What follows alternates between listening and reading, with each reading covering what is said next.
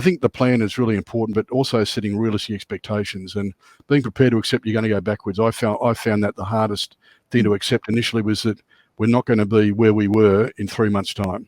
We are going to be having to make up some ground, and no one likes to go back over old territory and have to basically climb up that mountain again.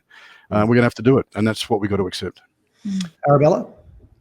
I agree with Ian. It's funny because 12 months ago, when we were talking about with a colleague of mine putting out a whole body of work on the crisis playbook, like what to do if a crisis occurs, and now is the time that playbook would be in play.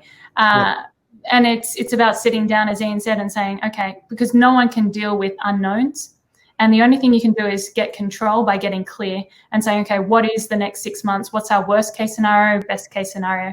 And accepting that things have completely changed. So if my business is a face-to-face business, how can I do it more online? What elements can I shift or change?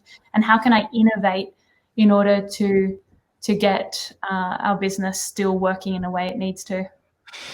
Okay, yeah. Look, I mean, I guess for myself, I just try and maintain optimism. I mean, I've said right from the beginning, you know, we are going to get through this. When everybody was panicking about, you know, face masks and, you know, hand sanitizer. Look, the way the world works is that you know, eventually, you know, someone will provide what we need, you know, when it comes to all of that manufacturing stuff. We are going to get through it. I mean, in a year's time, in fact, one of the sort of little coping mechanisms, there's a great article called from the Harvard Business Review, Managing Your Energy, Not Your Time.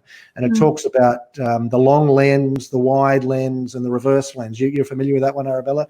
But, you know, if we take the long lens is, what is this going to look like in 2 years' time? You know, we're going to look back on it. We're going to say, you know what, we got through it. Hopefully we made the most of it, and you know, that's one of the things too, is making the most of it.